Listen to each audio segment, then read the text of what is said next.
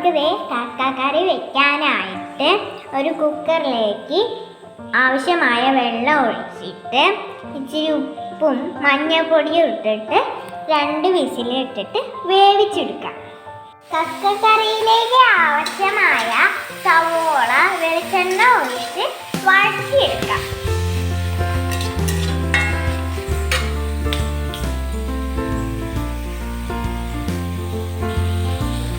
അപ്പം നമുക്ക് ആവശ്യമായ ഉപ്പിട്ട് കൊടുക്കാം. അപ്പോൾ സവോള വേഗം വഴറ്റി കിട്ടുകയും ചെയ്യും. ഇനി നമുക്ക് ആവശ്യമായ വേപ്പില സവോളയുടെ ഒപ്പം ചേർത്ത് കൊടുക്കാം.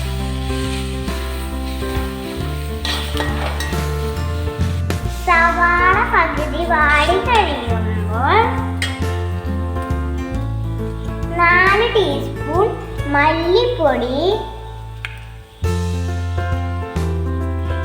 2 ടീസ്പൂൺ മുളക് പൊടി, 1 ടീസ്പൂൺ കറി മസാല, അല്പം മഞ്ഞൾപ്പൊടി ചേർത്ത് ഇളക്കി കൊടുക്കാം.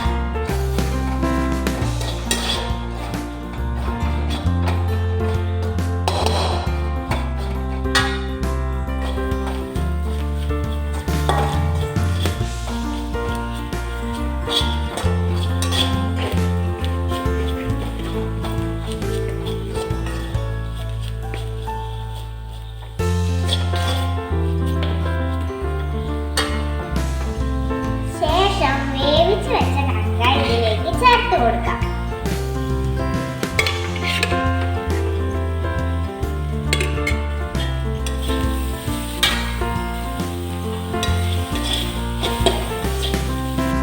സവാളയോടൊപ്പം കക്ക ഇളക്കി ചേർക്കുക.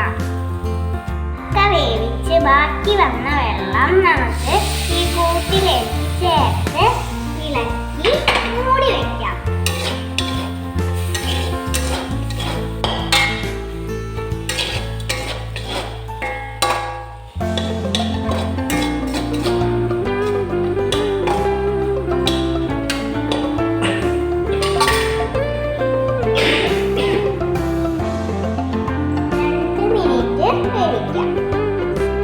അപ്പോൾ അതേ ഗായ്സ്, നമ്മൾ കക്ക മാത്രമല്ല നമ്മുടെ മീനും വറക്കണുണ്ട്.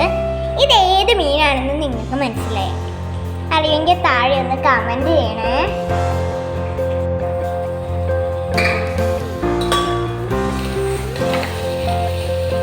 ഇതാണ്